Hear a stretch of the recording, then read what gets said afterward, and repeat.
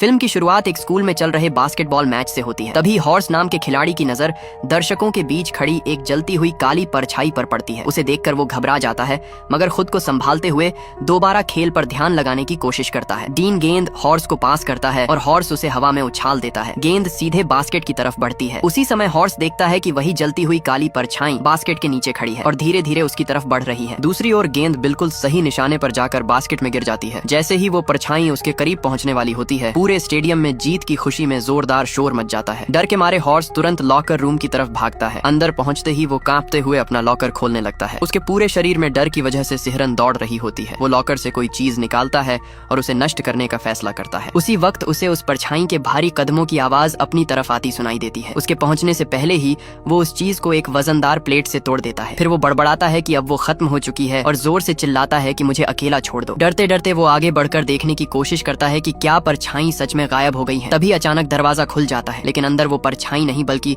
उसके साथी खिलाड़ी आते हैं जो जीत का जश्न मना रहे होते हैं। इसके बाद हॉर्स नहाते हुए दिखाई देता है और उसे लगता है कि आखिरकार वो परछाई उसका पीछा छोड़ चुकी है। अचानक उसे अपनी पीठ से काला पानी निकलता हुआ नजर आता है। वो तुरंत शॉवर बंद कर देता है और पीछे मुड़कर देखता है। उसके सामने वही जलती हुई परछाई खड़ी होती है। वो अपना हाथ उसके मुंह के अंदर घुसा देती है और अगले ही पल हॉर्स का पूरा शरीर आग की लपटों में घिर जाता है। उसके साथी खिलाड़ी बाथरूम में दौड़कर आते हैं और अपने सामने हॉर्स को जिंदा जलता देखकर दहशत में आ जाते हैं। इसके बाद कहानी 6 महीने आगे बढ़ती है। अब हमारी मुलाकात क्रिस नाम की एक लड़की से होती है जो हाल ही में अपने कजिन रील के घर रहने आई है। वो अपने कमरे की खिड़की के पास बैठकर स्केच बना रही होती है। तभी रेल उसके लिए नाश्ता लेकर आता है और कहता है कि उसे तैयार हो जाना चाहिए क्योंकि आज उसे अपने नए स्कूल जाना है। जब दोनों स्कूल पहुंचते हैं तो क्रिस को पता चलता है कि उसे हॉर्स का पुराना लॉकर मिला है जिस पर अब भी उसका नाम लिखा हुआ है। क्रिस पूछती है कि हॉर्स कौन था, तो रियल बताता है कि उसका असली नाम मेसन रेमोर था और हॉर्स उसका निकनेम था। तभी डीन गुस्से में वहां आता है और क्रिस से कहता है कि वो उस लॉकर का इस्तेमाल नहीं कर सकती। उसी दौरान ग्रेस भी वहां पहुंचती है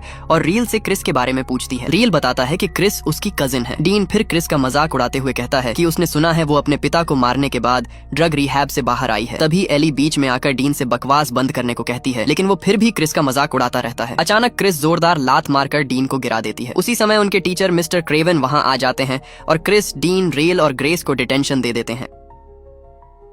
एली क्रिस का साथ देते हुए कुछ कहने की कोशिश करती है, लेकिन मिस्टर क्रेवन उसे भी डिटेंशन में भेज देते हैं। बाद में एली क्रिस से माफी मांगने की कोशिश करती है और कहती है कि बाकी लोगों की तरफ से वो शर्मिंदा है, लेकिन क्रिस ठंडे अंदाज में जवाब देती है कि उसे किसी की मदद या एहसान की जरूरत नहीं है। इसके बाद एली वहां से चली जाती है। लॉकर के पास खड़ी क्रिस को वही अजीब चीज मिलती है जिसे हॉर्स ने पहले तोड़ दिया था। वो उसे खोलती है और उसके अंदर एक खोपड़ी के आकार की रहस्यमयी चीज देखती है। ध्यान से देखने पर उसे पता चलता है कि वो किसी सीटी जैसी लग रही है। क्रिस उसे बजाने ही वाली होती है कि तभी स्कूल की घंटी जाती है, इसलिए वो रुक जाती है और उस चीज को अपने बैग में रख लेती है। इसके बाद पांचों लोग मिस्टर क्रेवन की डिटेंशन क्लास में पहुंचते हैं। इसी दौरान क्रिस के बैग से वो सीटी जैसी चीज गलती से निकलकर डेस्क पर गिर जाती है। क्रिस बताती है कि उसे वो अपने लॉकर में मिली थी। मिस्टर क्रेवन उसे उठाकर ध्यान से देखने लगते हैं। जब वो उसे और करीब से देखते हैं तो उस पर कुछ शब्द खुदे हुए नजर आते हैं। वो उन्हें पढ़ते हैं। ग्रेस उन शब्दों का मतलब बताती है और कहती है कि उनका अर्थ है मरे हुओं को बुलाना। क्रिस उस चीज को वापस लेने की कोशिश करती है, लेकिन मिस्टर क्रेवन उसे रोक देते हैं। वो कहते हैं कि क्योंकि ये स्कूल की संपत्ति पर मिली है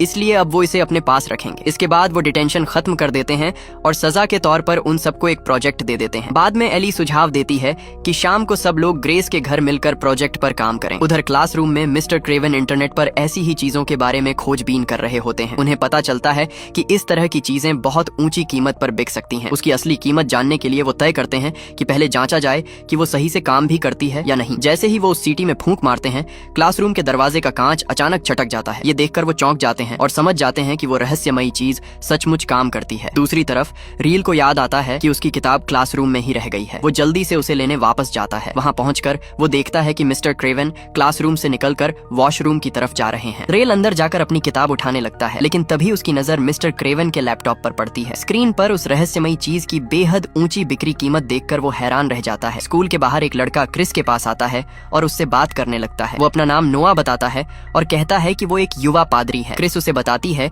कि उसे धर्म में ज्यादा दिलचस्पी नहीं है, लेकिन नोआ फिर भी उसे कभी अपने चर्च आने का निमंत्रण देता है।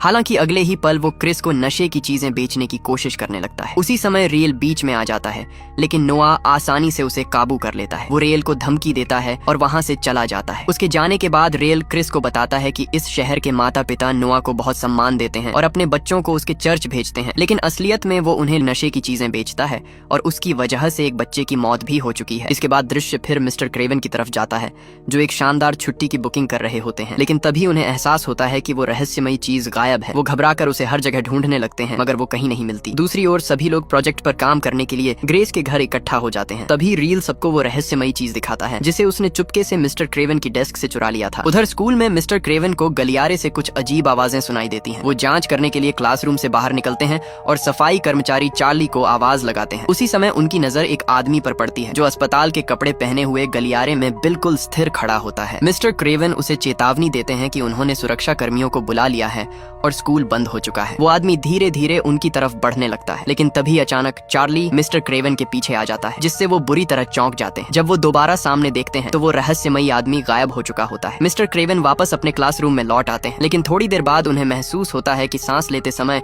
उनके मुंह से धुआं निकल रहा है। अचानक वही डरावना आदमी उनके सामने प्रकट हो जाता है, जिसके मुंह से खून टपक रहा होता है। वो अपना हाथ मिस्टर क्रेवन के पेट के अंदर घुसा देता है और उनकी किडनी को जोर से दबाने लगता है। अगले ही पल मिस्टर क्रेवन के सिर के बाल और दाढ़ी झड़ जाते हैं, उनके मुंह से खून बहने लगता है और उनका चेहरा धीरे धीरे उसी भयानक प्राणी जैसा दिखने लगता है। कुछ ही क्षण बाद वो जमीन पर गिर पड़ते हैं और उनकी मौत हो जाती है। इसके बाद दृश्य फिर ग्रेस के घर पर पहुंचता है, जहां उसका छोटा भाई टिमी बालकनी से उन सबको देख रहा होता है। ग्रेस उसे वापस अपने कमरे में जाने के लिए कहती है। फिर वो उस रहस्यमयी चीज को देखकर उसकी तारीफ करती है और कहती है कि वो बहुत खूबसूरत लगती है। डीन उसे उस सीटी में फूंक मारने के लिए उकसाता है, लेकिन क्रिस फैसला करती है कि अब उसे वहां से निकल जाना चाहिए। एली उसे रोकने की कोशिश करती है, मगर तभी ग्रेस उस रहस्यमयी सीटी में फूंक मार देती है। तुरंत एक बेहद तेज और कान फाड़ देने वाली आवाज पूरे घर में गूंज उठती है। सब लोग अपने कान ढक लेते हैं। कुछ देर बाद जब सब कुछ शांत हो जाता है तो क्रिस वहां से चली जाती है। एली उसके पीछे बाहर आती है और उसे हार्वेस्ट फेस्टिवल में आने का निमंत्रण देती है। वो समझाती है कि शायद ये आखिरी मौका हो जब सब लोग इस तरह एक साथ हों, क्योंकि जल्द ही हर कोई अपनी अपनी जिंदगी में आगे बढ़ जाएगा। तभी रील भी बाहर आ जाता है। एली क्रिस से कहती है कि फेस्टिवल के बारे में उसे मैसेज जरूर करना। इसके बाद एली वहां से चली जाती है। उस रात क्रिस एली को मैसेज भेजने की कोशिश करती है, लेकिन वो बार बार अपना संदेश मिटाकर दोबारा लिखती रहती है, क्योंकि उसे समझ नहीं आता कि क्या कहे। आखिरकार वो लिखती है कि उसे कहीं भी जाने से डर लगता है और उसे डर है कि वो अपनी जिंदगी फिर से खराब कर सकती है। फिर भी वो एली को बेहतर तरीके से जानना चाहती है। वो ये भी लिखती है कि पूरे साल में एली की मुस्कान सबसे अच्छी चीज है जो उसने देखी है। उसी समय क्रिस खिड़की से बाहर देखती है। उसे अपने घर के सामने पेड़ की एक शाखा पर कोई खड़ा दिखाई देता है। हैरानी की बात ये होती है कि वो शख्स बिल्कुल क्रिस जैसा दिख रहा होता है। तभी अचानक रील उसके कमरे में आ जाता है, जिससे क्रिस बुरी तरह चौंक जाती है। क्रिस उसे बताती है कि अभी कोई पेड़ पर खड़ा था, लेकिन जब दोनों दोबारा बाहर देखते हैं तो वहाँ कोई नहीं होता। गलती से क्रिस वही लंबा संदेश एली को भेज देती है। कुछ ही देर बाद एली की तरफ से सकारात्मक जवाब आता है। क्रिस शर्मिंदगी महसूस करती है और रील को पूरा मैसेज दिखाती है। उधर ग्रेस स्विमिंग पूल के पास बैठी अपने प्रोजेक्ट पर काम कर रही होती है। तभी उसे कोई आवाज सुनाई देती है। एक धीमी फुसफुसाहट उसका नाम पुकारती है। ग्रेस सोचती है कि शायद उसका छोटा भाई टिमी उसे बुला रहा है। वो पूल से बाहर निकलती है। फिर उसे वही फुसफुसाहट दोबारा सुनाई देती है। वो सावधानी से आगे बढ़ती है। अचानक उसके पीछे से कोई आवाज आती है। जैसे ही वो मुड़कर देखती है,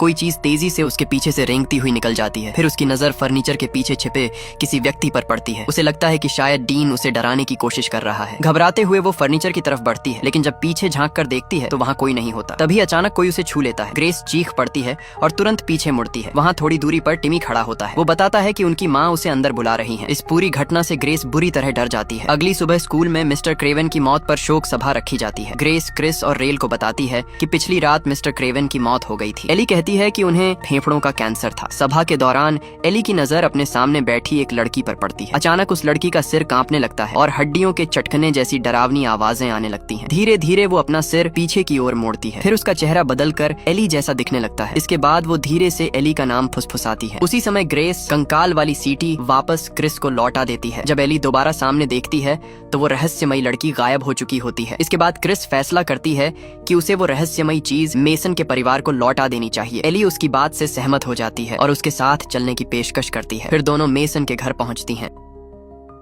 वहाँ पहुंचकर क्रिस दरवाजा खटखटाती है, लेकिन उसे पता चलता है कि दरवाजा पहले से खुला हुआ है। दोनों अंदर चली जाती हैं और आवाज लगाकर पूछती हैं कि घर में कोई है या नहीं। तभी क्रिस को एक कमरे से कोई आवाज सुनाई देती है। वो अंदर झांक कर देखती है और पाती है कि कमरा तरह तरह की पुरानी और कीमती चीजों से भरा हुआ है। उसी समय मेसन की दादी आइवी सीढ़ियों से नीचे आती है। वो बताती हैं कि बैंक जल्द ही उनका घर अपने कब्जे में लेने वाला है। इसके बाद वो क्रिस और एली को उस कमरे में ले जाती हैं, जहाँ पुरानी दुर्लभ चीजों का बड़ा संग्रह रखा हुआ होता है। आइवी बताती हैं कि उन्होंने अपनी पूरी जिंदगी दुनिया भर में घूमकर ऐसी दुर्लभ चीजें इकट्ठा की हैं। वो कहती हैं कि हर संस्कृति, धर्म और सोच का मौत के बारे में अपना अलग विश्वास होता है। जब क्रिस पूछती है कि क्या ये कंकाल वाली सीटी भी उनके संग्रह का हिस्सा है और बताती है कि उसे